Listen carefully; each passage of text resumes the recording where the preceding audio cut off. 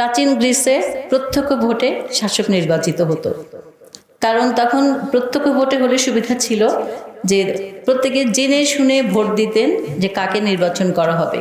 সেটা অনেক সহজ ছিল, কারণ তাদের লোক সংখ্যা কম ছিল, তারা এটা করতে পারতেন। আমাদের সময়ে যদি এরকম হতো তাহলে কিন্তু অত্যন্ত ভালো হতো। আমরা জেনে শুনে বুঝে শুনে আমাদের শাসক নির্বাচিত করতে পারতাম, কিন্তু আমাদের জনসংখ্যা বেশি, আমরা এই জিনিসটা করতে পারবো না। পরে দেখা গেছে যে প্লেটোকে আমরা সবাই কল্পনা বিলাসী বলি, কিন্তু আমি ব্যক্তিগতভাবে তাকে অত্যন্ত শ্রদ্ধা করি, কারণ তিনি প্রথম নারীদেরকে শাসনে নিয়ে আসছিলেন। তিনি বলেছিলেন যে আদর্শ রাজা যে হবেন তার মধ্যে নারীও থাকবেন, যার যোগ্যতা আছে, যার সম্ভাবনা আছে, যে শাসন করতে পারবে, নারীও হতে পারবেন তার মধ্যে একজন। সেই জন্য উনি প্রথম বলেছিলেন, এই জন্য আমি প্লেটোকে অনেক শ্রদ্ধা করি, এবং ওনার কথাটা কিন্তু আসলে সত্যি। এখনকার দিনে আমরা দেখি যে আমাদের ফ্যাসিস্ট হাসিনা ছাড়া যারা যখন নারী নেতৃত্ব এসছে তারা কিন্তু সুন্দরভাবে শাসন করেছে। মেকিয়াভেলি বলেছিলেন যে শাসক হবে সিংহের মতো সাহসী, শৃগালের মতো ধূর্ত। কেন? সাহসী শাসক যদি হন তাহলে যে কোনো বাধা বিপত্তি উনি মোকাবেলা করতে পারবেন, আর শৃগালের মতো ধূর্ত হলে কি হবে, যে কোনো ষড়যন্ত্র উনি রুখে দিতে পারবেন, তার বিরুদ্ধে যে ষড়যন্ত্র।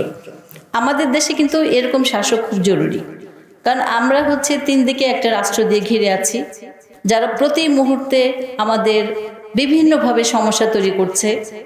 আমরা যদি সাহসী শাসক পাই তাহলে তাদেরকে আমরা মোকাবেলা করতে পারবো।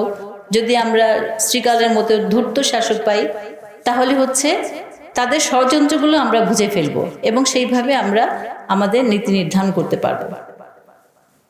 এই জন্য আমি মনে করি আমাদের শাসক সাহসী এবং ধূর্ত, এই দুটাই হওয়া উচিত। আমাদের জনগণ কিন্তু অনেক সচেতন। আমরা ভাবি যে আমাদের জনগণ অনেক বুঝে না, তারা নিরক্ষর, তারা পড়াশোনা জানে না, এই জন্য বুঝে না, কিন্তু আমাদের জনগণ অত্যন্ত অত্যন্ত সাহসী এবং সমস্ত কিছু বুঝেন এবং সচেতন। তারা যদি নির্ভয়ে নির্লোভে যদি ভোট দিতে পারেন তাহলে সত্যি সত্যি খুব ভালো শাসককে নির্বাচন করতে পারবেন। কিন্তু যেটা এতক্ষণ সবার কাছে আমরা শুনলাম যে সত্যি কথা এটা, যে আমাদের দুর্নীতি আমাদের পুরা সমাজে রন্ধ্রে রন্ধ্রে ঢুকে গেছে, প্রত্যেকটা ক্ষেত্রে দুর্নীতি। আমাদের ভোটারদের কেনা হয় পয়সা দিয়ে, যার জন্য তারা যাকে নির্বাচিত করতে চান অনেক সময় তাদেরকে নির্বাচিত করতে পারেন না, কারণ পয়সা দিয়ে তার মুখ বন্ধ করে ফেলা হলো কিংবা ভোট তার কিনে নেওয়া হলো। এই জিনিসগুলা আমাদের হচ্ছে বন্ধ করতে হবে। আমাদের করাপশন এই 16 বছরে বা ফ্যাসিস্ট হাসিনার আমলে করাপশন এমন একটা জায়গা নাই যে জায়গায় করাপশন ঢুকে নাই, প্রত্যেকটা জায়গায় করাপশন। আমি একটা ইউনিভার্সিটিতে এখন একটা চেয়ারে আছি, আমি সেখানে যে ঢাকা ইউনিভার্সিটিতে আমি এতদিন ছিলাম, আমি ঢাকা ইউনিভার্সিটির রাষ্ট্রবিজ্ঞানের প্রফেসর, ওখানে যে আমি দেখছি সেখানেও একটা ছোট ইউনিভার্সিটি, যদিও পুরা বাংলাদেশ ব্যাপী, তার মানে পুরা এলাকা বাংলাদেশটা জুড়ে তার কার্য পরিকল্পনা, কিন্তু ইউনিভার্সিটিটা ছোট, ওখানে লোক সংখ্যা কম, সেখানে প্রত্যেকটা ক্ষেত্রে এই একইভাবে দুর্নীতি। ঢাকা ইউনিভার্সিটিতেও তাই ছিল।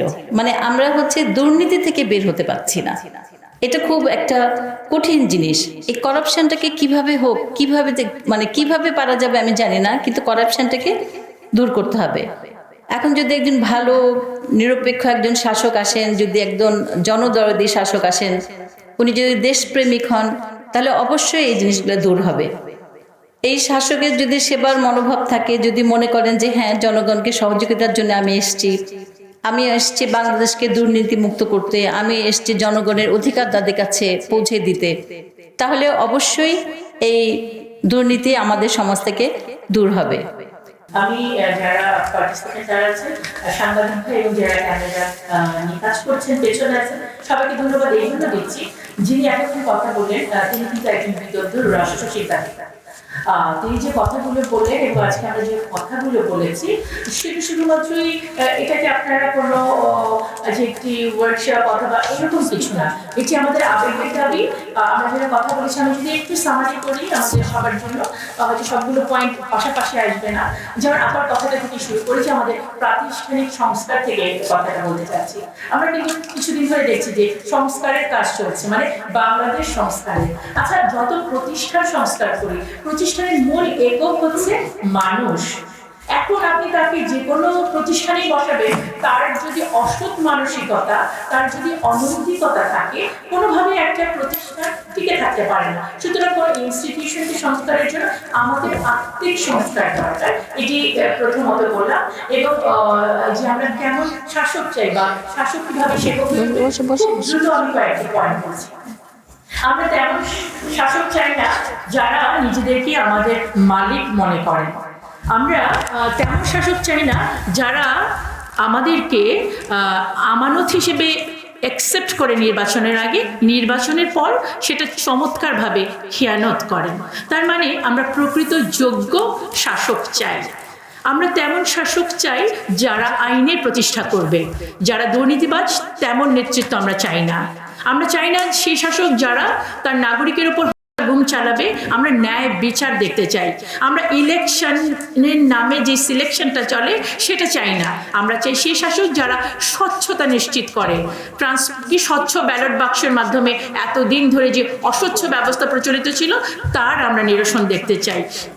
আমরা সেই শাসক চাই যারা দেশের সম্পদ রক্ষাকারী হবে, সম্পদ পাচার করে দেবে না, যারা অন্য কোনো দেশের দাসত্ব বৃত্তি করবে না, এবং ইসলাম ধর্ম বা শুধুমাত্র মুসলিম বলে তাকে হেয় করবে না। অ্যাট দ্য সেম টাইম অন্য ধর্মাবলম্বীদের অনুসারীদেরকে তাদের অধিকার থেকে বঞ্চিত করবে না। নারী এবং শিশুদের অধিকার নিশ্চিত করবে। যারা মানবাধিকার লঙ্ঘন করবে না, এই জায়গাটায় আমি বলতে চাই আল্লাহর সৃষ্টি যারা আমরা নারী পুরুষ, তাদেরকে সমকামিতা প্রতিষ্ঠান নামে যেই অঙ্গ বিকৃতির যে সমর্থন করবে সেই সরকার, সেই শাসক, সে নেতা কিন্তু আমরা চাই না। আমরা চাই না আমাদের যারা বাক স্বাধীনতা হরণ করবেন, আমাদের কথা বলার সুযোগ যারা দিবেন সেরকম নেতৃত্ব চাই। আমরা চাই জবাবদিহিমূলক নেতা, শাসক, সেবক যেটাই বলেন।